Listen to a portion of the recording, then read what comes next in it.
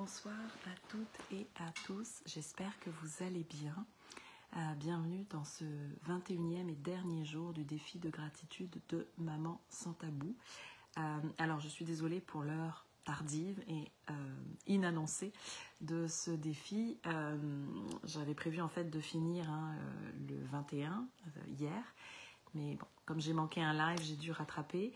Et puis, en fait, aujourd'hui, j'ai honoré les enseignements que j'ai incarnés, en fait, moi-même, les enseignements que je vous offre ici, en me choisissant d'abord.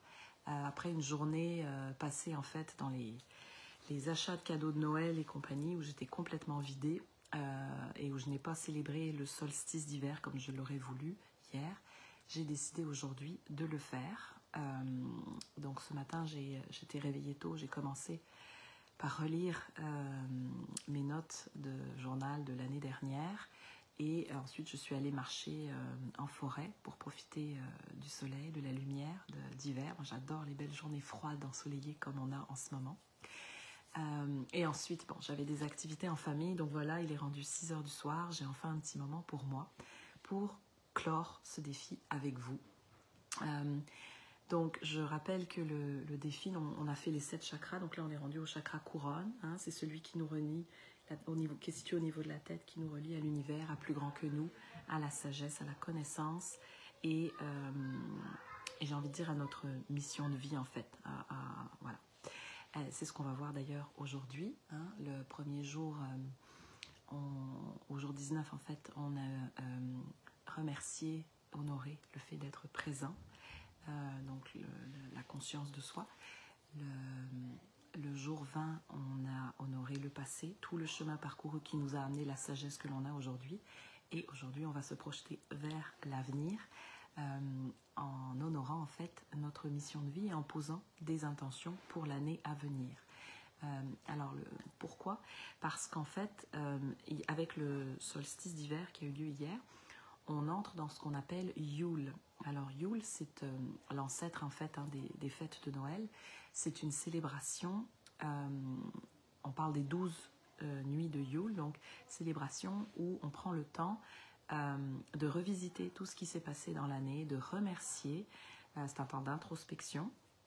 C'est pour ça que ce matin j'ai relu en fait mon journal du mois de janvier 2024 pour me rappeler tout ce que j'avais noté, tout ce que j'ai vécu, toutes les leçons apprises, tout le chemin parcouru comme on a fait hier, et où on pose aussi des intentions pour l'année à venir. Alors on dit souvent que en fait, les 12 nuits de Yule représentent les 12 mois de l'année à venir. Donc c'est ce que je vous invite à faire aujourd'hui, en honorant en fait notre mission de vie, votre mission de vie, la mission de vie que l'on a chacun. Moi, je suis convaincue qu'on est tous et toutes sur Terre pour jouer un rôle, pour contribuer à plus grand. J'ai longtemps cherché quelle était la mienne. Et en fait, comme tout, c'est pas quelque chose qu'on cherche avec la tête. Il y a des gens qui le savent tout de suite très jeune. Moi, j'ai une amie, par exemple, qui fait de la musique. C'est ça, elle, sa mission de vie, c'est la musique, c'est ce qui la passionne, c'est ce qu'elle a de plus beau à offrir au monde. Les autochtones appellent ça notre médecine, parce que c'est la façon dont on guérit aussi les autres et peut-être soi. Et en fait, c'est ça, c'est quelque chose qui se cherche avec le cœur. Et donc, pour la trouver, il faut suivre la joie. Ça c'est aussi quelque chose que j'ai relu dans mes notes de début d'année dernière en fait, et j'y reviens encore aujourd'hui, comme quoi il y a des fois on a besoin de répéter les choses pour les intégrer pleinement. Donc suivre sa joie. Donc aujourd'hui j'aimerais qu'on prenne un petit moment pour penser aux choses qui nous procurent vraiment beaucoup de joie. Donc je vais vous guider à travers une petite méditation. Et ensuite, on posera des intentions en lien avec cette joie. Donc, prenez un petit moment pour revenir dans votre corps. Vous pouvez fermer les yeux, prendre 1 ou 2 inspirations.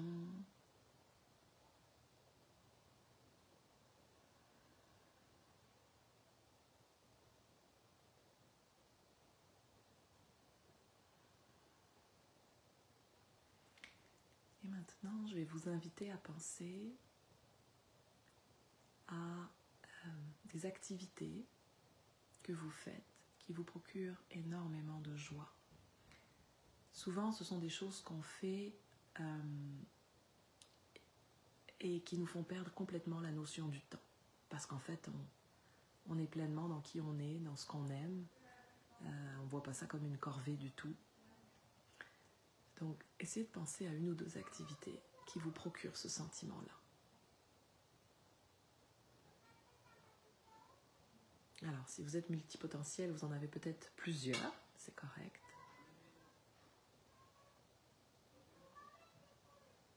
Et essayez de ressentir les émotions qui vous traversent quand vous faites ces activités.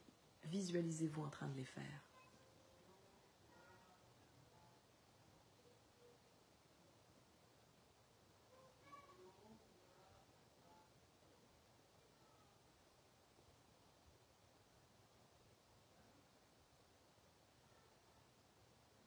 Voilà. Goûtez à cette joie.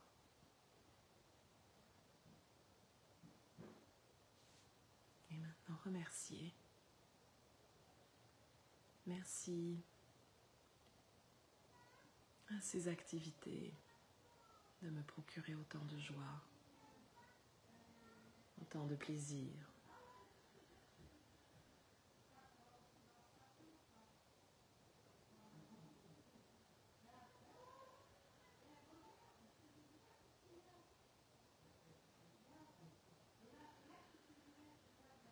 Et maintenant,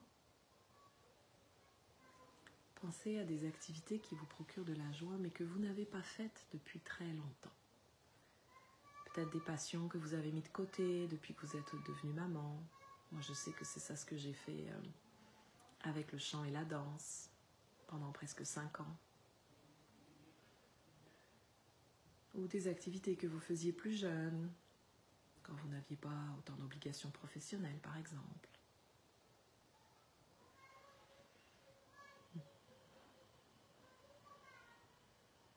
Et encore une fois, imaginez-vous en train de les faire et ressentez la joie que ça vous procure.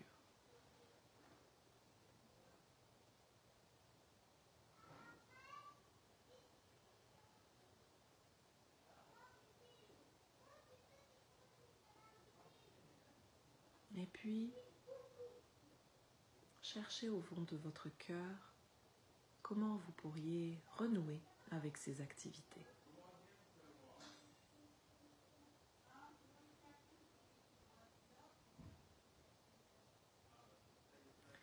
Et posez l'intention de renouer avec elles pendant l'année qui s'en vient.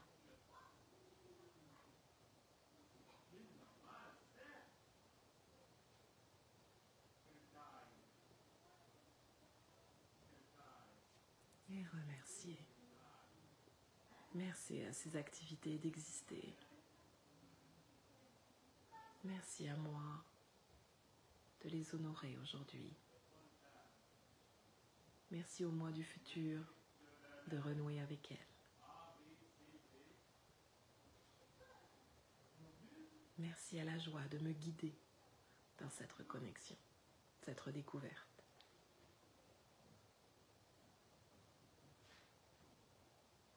Voilà. J'espère que les cris de mes enfants autour ne vous ont pas trop dérangé.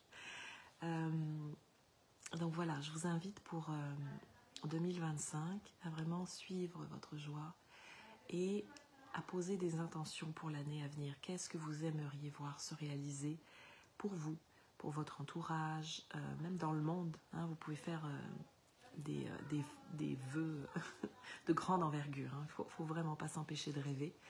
Parce que moi, à chaque fois que je relis mes notes, en fait, je me rends compte qu'il y a beaucoup de choses que j'avais posées comme intention qui se sont avérées. Je pense que quand on lance un souhait dans l'univers, quelque part, les voies s'ouvrent et on trouve le moyen de les réaliser quand c'est vraiment important pour nous et pour l'ensemble des gens sur cette planète. Et donc, plutôt que des résolutions, hein, moi, au mois de janvier, j'aime vraiment me poser des intentions. Alors d'ailleurs, si vous voulez pratiquer le petit rituel des 12 nuits de Yule, Je vais vous mettre le lien sous la vidéo. En fait, j'ai un petit cadeau justement pour vous, que j'ai déjà envoyé à mes abonnés.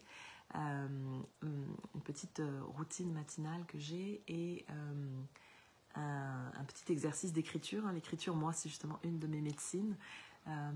Donc, un petit exercice d'écriture justement pour vous aider à faire le bilan de l'année écoulée et à poser vos intentions pour l'année à venir. Voilà, un journal de gratitude, je l'appelle, en lien parfait avec ce petit défi. Et puisqu'on est dans la gratitude, si vous avez aimé ce défi, si vous aimez ce que je publie, si vous suivez mon balado, que vous l'aimez, si vous lisez mes articles, n'hésitez pas à me le faire savoir, un petit like, des étoiles sur Apple et Spotify, un commentaire sur Apple ou YouTube. Sur Spotify, c'est pas possible. Vous pouvez m'écrire même au bas des articles. Vous pouvez les commenter sur le blog maintenant. Ça me ferait extrêmement plaisir et ça aiderait en fait mon travail à plus se faire connaître. Donc voilà, une autre façon de montrer votre gratitude. Donc, je vous souhaite une excellente année 2025. Comme je vous l'ai dit, rêvez grand, osez. Et je vous retrouve donc l'an prochain. Là, je vais faire une petite pause pendant le temps des fêtes. Ça va faire du bien de se couper un petit peu des réseaux sociaux aussi. Profitez pleinement de la famille. Je vous souhaite d'en faire autant. Et je vous dis à l'année prochaine. Bye tout le monde.